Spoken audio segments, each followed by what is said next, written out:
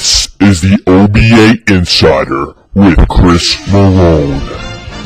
Sports Radio 66 WFAN, New York.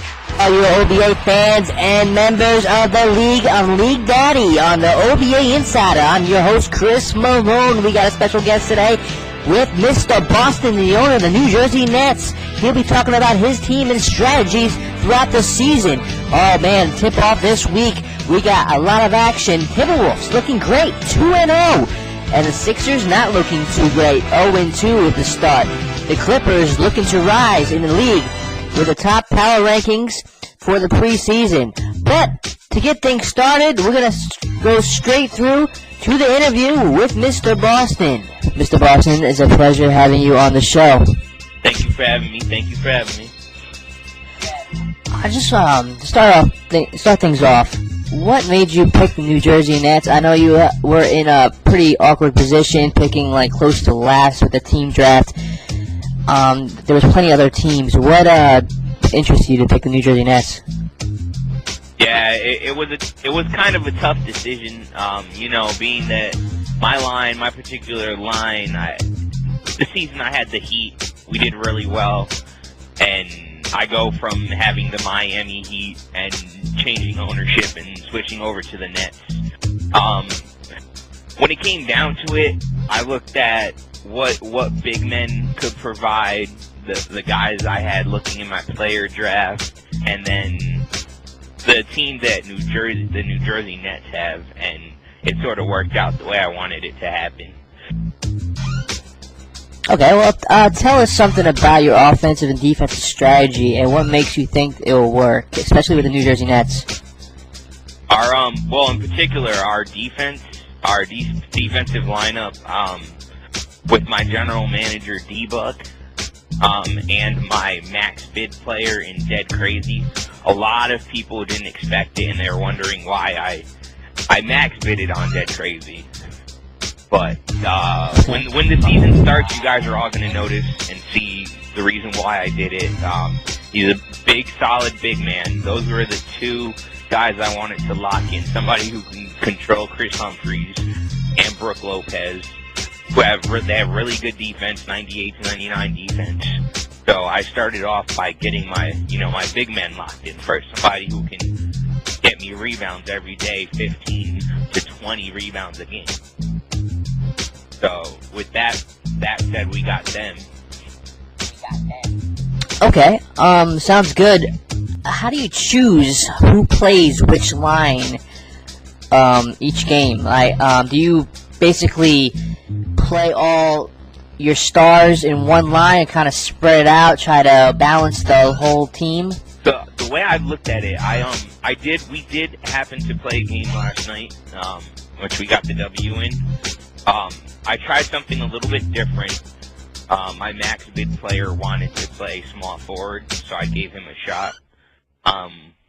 We won. We did an okay job. I mean, we won by 19, but it was a sloppy one in my opinion. But what we do in particular for our lines is I spread the talent. I've always thought of it that way. I'm comfortable playing with my big man D-Buck I have for the last 2 seasons that we've played together. Me and D-Buck have been locked in together, a big man point guard or a big man small forward, whichever position I step into. And Dead Crazy and my previous players from last year, Dynamite and Aries, they step up to the plate and help me control line 2. They could easily be a line 1 on almost any other team because they have good team chemistry. I do it more based on team chemistry than talent, because the chemistry is what's going to step in and make a major impact when it comes down to clutch moments, Okay. Your players. I see that I see that your team is pretty well put together, and you you have your team on the same page, and that's important. Yeah.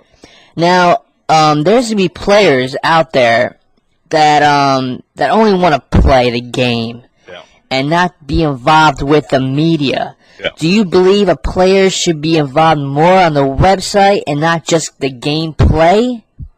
Yeah, I mean, you should be able to go out and, go look at your stats. I mean, go leave some comments, be active, because that's what leagues are all about, and that's what keeps leagues running.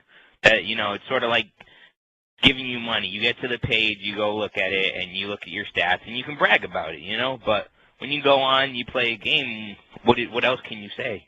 You're just there to play. That's good. And with that, well, you are the OBA PA president. Is there any not suggestions, but just pointers out there you want to give out to all the players and the free agents and everybody that's involved in the OBA? Yeah. Any messages? Yeah, the more that you want to throw out. The more active you guys get out there, and the more you go out with the managers. In particular, this message is sort of to the free agents. You guys, we've got teams, but things happen. People move on. People do other things.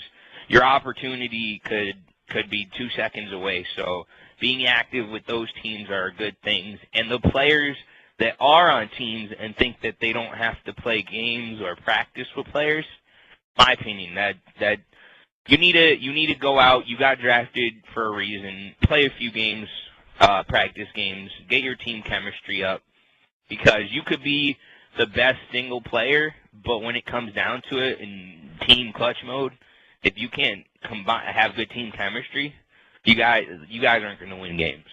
As simple as that.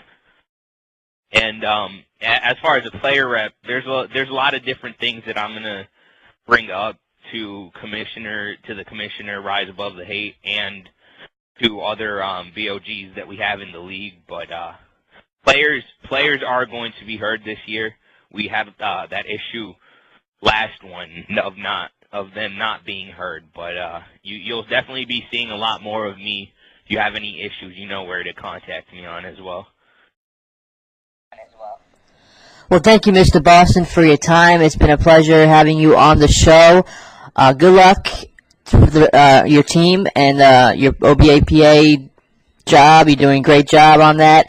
And just good luck for the rest of the season. Thank you, you too. Go Nets!